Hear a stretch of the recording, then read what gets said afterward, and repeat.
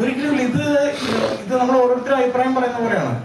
C എന്റെ കാഴ്ച എന്ന് പറയുന്നത്, ഞാൻ കണ്ടിരിക്കുന്ന കാഴ്ച എനിക്ക് വേറെ ആളുടെ അടുത്തത് വാക്കുകളിലൂടെ വിവരിച്ചു കൊടുക്കാൻ പറ്റില്ല. അപ്പോൾ അത് വിഷ്വൽസിലൂടെ പകരാനാണ് നമ്മൾ ട്രൈ ചെയ്യുന്നത്. ടിനുവിനെ സംബന്ധിച്ച് ടിനു ഫിലിം മേക്കറെന്നും എൻ്റെ അസോസിയേറ്റ് ആയിട്ട് വർക്ക് ചെയ്ത ആളെന്നുള്ളതിലുപരി ഒരു എക്സൈറ്റിംഗ് സിനിമ കാണാൻ വളരെ ആഗ്രഹമുള്ള ഒരു ഓഡിയൻസിൽപ്പെട്ട ഒരാൾ കൂടിയാണ്. അപ്പൊ അത്തരത്തിലൊരാള് ഉള്ളിൽ തട്ടി ഒരു അഭിപ്രായം പറഞ്ഞാണ്. അതിനകത്ത് വേറെ ഒന്നുമില്ല. അതിപ്പോ എന്നെ വിളിച്ച് പറഞ്ഞു കഴിഞ്ഞാൽ ഞാൻ പറയണത് എന്തിനാ പറയാന്ന് ചോദിക്കും. പക്ഷെ അത് ടിനുവിന്റെ പേഴ്സണൽ ഒപ്പീനിയൻ അല്ലേ. അത് അത് ഗുണം ചെയ്ത് ഇതൊക്കെ ഒരു നമ്മളൊരു ലിറ്ററൽ മീനിങ്ങിൽ ഇതൊക്കെ എടുത്തു തുടങ്ങിയാൽ എന്ത് ചെയ്യും? അതായത് നോ പ്ലാൻസ് ചെയ്തെന്ന് പറഞ്ഞിട്ടുണ്ടെങ്കിൽ നാളെ ഞാൻ ഷർട്ട് മാറുമെന്ന് പറഞ്ഞിട്ടുണ്ടെങ്കിൽ വല്ലതും ചെയ്യാൻ പറ്റുകയും. അപ്പൊ അതുപോലെ ഒരു വളരെ സിമ്പിൾ ആയിട്ട് ഒപ്പീനിയൻ മേക്കിംഗ് ആണ് അത്. അതിന്റെ ലെവലിൽ എടുത്താൽ മതി എന്ന് മാത്രമേ പറയാനുള്ളൂ. അതിൽ അത്തരത്തിലുള്ള എക്സൈറ്റ്മെന്റുകൾ ഉറപ്പായിട്ടും ആ സിനിമയ്ക്കകത്തുണ്ട്. ലാലേട്ടന്റെ ഫാൻസിന്റെ ഒരു പ്രശ്നം നമ്മൾ നേരിട്ട് കാണുന്നുണ്ട്. ഫാൻസ് ഇന്നലെ സിനിമ കഴിഞ്ഞിറങ്ങുമ്പോൾ തന്നെ അവരുദ്ദേശിക്കുന്ന രീതിയിലേക്ക് ലാലേട്ടനെ എത്തിക്കാൻ കഴിഞ്ഞില്ല എന്നൊക്കെ പറയുന്നു. നമ്മൾ തുടക്കം തൊട്ട് ഇപ്പൊ തന്നെ തുടക്കത്തിൽ പോലെ അതങ്ങനെയല്ല, സ്ലോയിൽ പോകേണ്ട ഒരു സിനിമയാണ്. അങ്ങനെയാണ് ഈ സിനിമയുടെ യാത്ര ചെയ്യുന്നത്. അവരുദ്ദേശിക്കുന്ന ഒരു മാസ് കിട്ടുന്നില്ല എന്ന് അവർ പറയുന്നു. നമ്മൾ തുടക്കത്തിൽ പറയുന്നത് അവർ വേറെ രീതിക്ക് കാണുന്നു എന്ന് തോന്നിയിട്ടുണ്ടോ? അല്ല, ഇത് ഒരാളെയും ഇവിടെ ഇരുന്ന് കുറ്റം പറയാൻ വേണ്ടി ഉള്ളൊരു പ്രസ് മീറ്റ് ഉണ്ട്. പക്ഷെ ഞാൻ പറയുന്നു,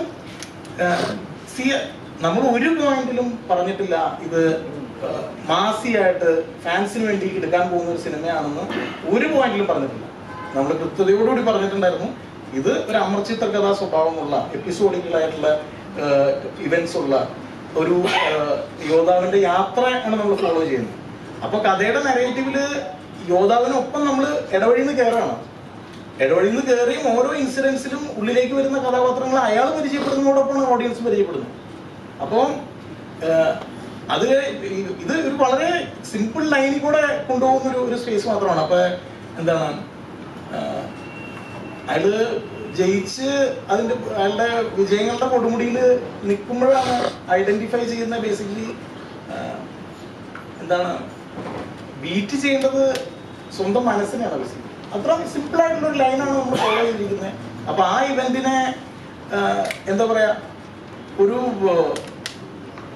ഈ നേരത്തെ പറഞ്ഞതുപോലെ ഒരു ഹാർഡ് കോഴ്സ് 100 പോകുന്ന ഒരു എഡ്ജി വെച്ച് നമ്മൾ ഓടിക്കാൻ നോക്കരുത്. നമ്മളിവിടെ അംബാസിഡറും എൻഫീൽഡും പോലെ പതുക്കെ ചൂട് പിടിച്ചാൽ നല്ല വേഗതയിൽ ഓടുന്ന തരത്തിൽ തന്നെയാണ് അതിന്റെ ഡിസൈൻ ഉള്ളത്. അപ്പോ അതില് ആദ്യം 20-30 മിനിറ്റ് സിനിമയിൽ എടുത്തിട്ടുള്ളത് ആ വേൾഡ് ആ ഓഡിയൻസിന് പരിചയപ്പെടുത്താനായിട്ടാണ്.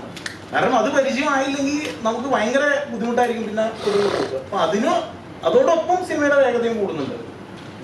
അതല്ലാതെ നമ്മള് എന്താണ് പടം തുടങ്ങുന്നത് മുതൽ എൻഡ് വരെ നമ്മൾ ഒരേ സ്പീഡിൽ പോകുന്ന ഒരു സിനിമയല്ല, ഒരിക്കലും അല്ല. അത് ലാലേട്ടനും ഒരുപാട് തവണ റിപ്പീറ്റ് ചെയ്ത് പറഞ്ഞിട്ടുള്ള ആയിട്ടാണ് ഞാൻ കേട്ടത്. ഞങ്ങൾക്ക് എല്ലാവർക്കും ആ സിനിമ അങ്ങനെ തന്നെയാണ് മനസ്സിലുള്ളത്.